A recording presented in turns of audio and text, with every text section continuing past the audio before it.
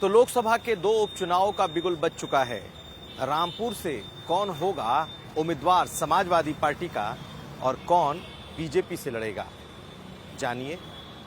हम आपको ये भी बताने की कोशिश करेंगे कि आजमगढ़ से भी कौन कौन चुनाव मैदान में हो सकते हैं। और इन सबसे इतर एक और खबर कि एक डॉक्टर और एक टीचर सालों से अपनी सैलरी तो ले रहे थे, लेकिन कभी स्कूल का और अस्पताल का इन लोगों ने मुंह नहीं देखा। और वो डॉक्टर कौन है? वो डॉक्टर सीएमओ की पत्नी है। नमस्कार, मैं हूं कुमार अभिषेक, आप देख रहे हैं यूपी तक और हम हाजिर हैं अपना न्यूज शो आज का यूपी लेकर।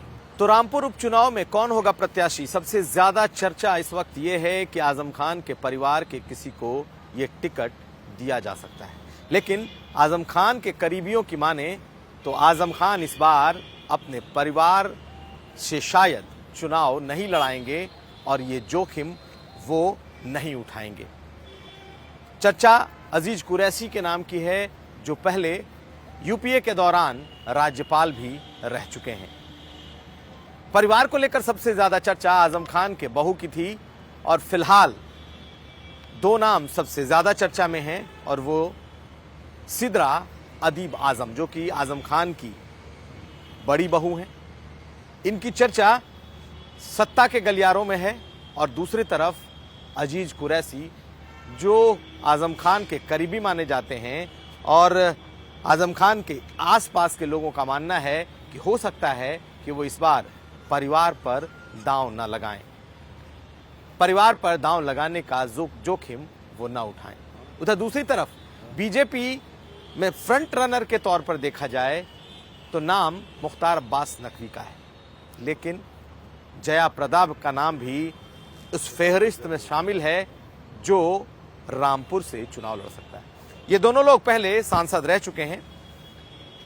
साथ साथ तीसरा नाम बीजेपी से आकाश सक्सेना का है, जो अभी विधानसभा के चुनाव में आजम खान के सामने थे, हालांकि हार गए, लेकिन बीजेपी इन 3 नामों में से किसी एक नाम को आगे कर सकती है।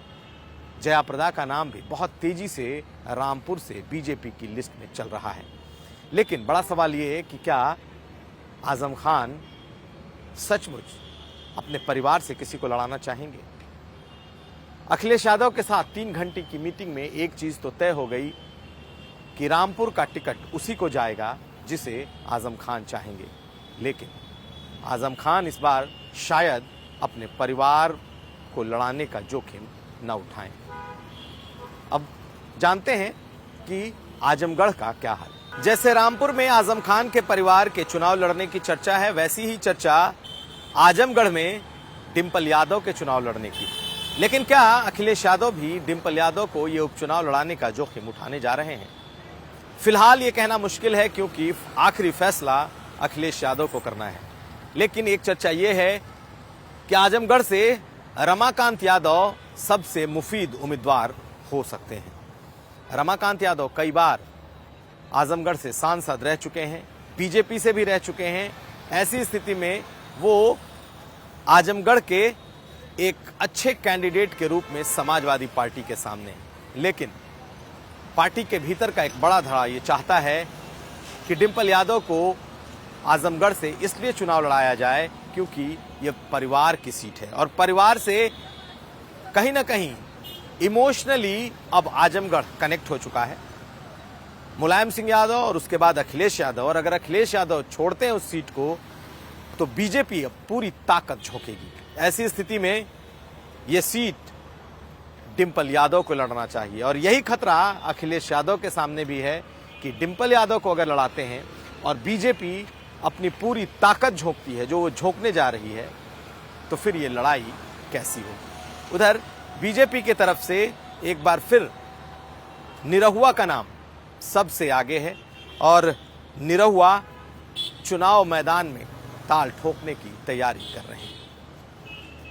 लेकिन खेल यहां बसपा के हाथ में भी है। गुड्डू जमाली का ऐलान बसपा प्रमुख मायावती ने कर दिया है कि गुड्डू जमाली वहां से बसपा के बीएसपी के कैंडिडेट होंगे।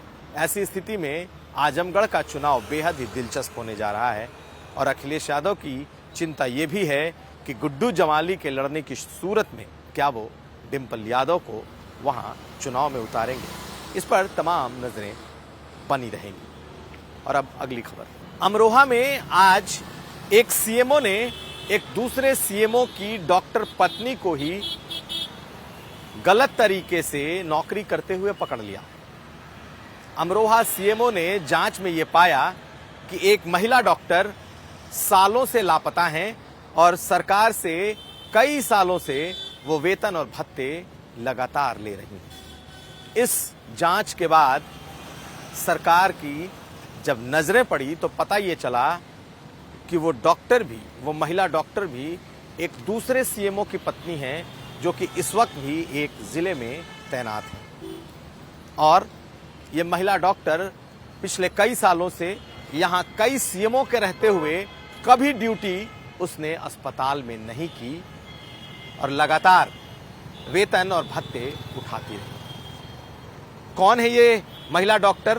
पहले सुनिए सीएमओ और डीएम उसके बारे में क्या कह रहे हैं, और उसके बाद हम आपको उसी जिले का ये भी बताएंगे कि टीचर भी कई सालों से लापता हैं और सैलरी उठा रहे हैं। इसमें अभी हमने मालूम कराया था तो कई डॉक्टर तो है, लेकिन हाँ कुछ शिकायतें आई हैं। जैसे एक डॉक्टर रुकैया के बारे में बताया गया, एक डॉक्टर गौरव जो फार्मासिस्ट के रूप में है।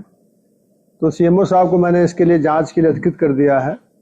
पूरी तरह जांच करके देख लें वो कि कहीं गलत तरीके से हाजी तो नहीं बनाई जा रही है, और ऐसा है तो कार्रवाई की जाएगी।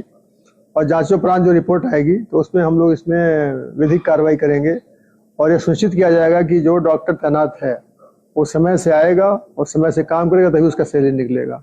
इसमें कहीं कोई इसमें कुछ शिथिलता की बात नहीं होगी, स्पष्ट रूप से सचेत कर दिया गया है। अमरोहा में ही एक डॉक्टर जब पकड़ी गई कि उन्होंने बिना काम किए सालों की सैलरी उठाई है, तो एक शिक्षक भी पकड़े गए कि उन्होंने भी बिना काम किए वो सालों से सैलरी और भत्ते उठा रहे हैं।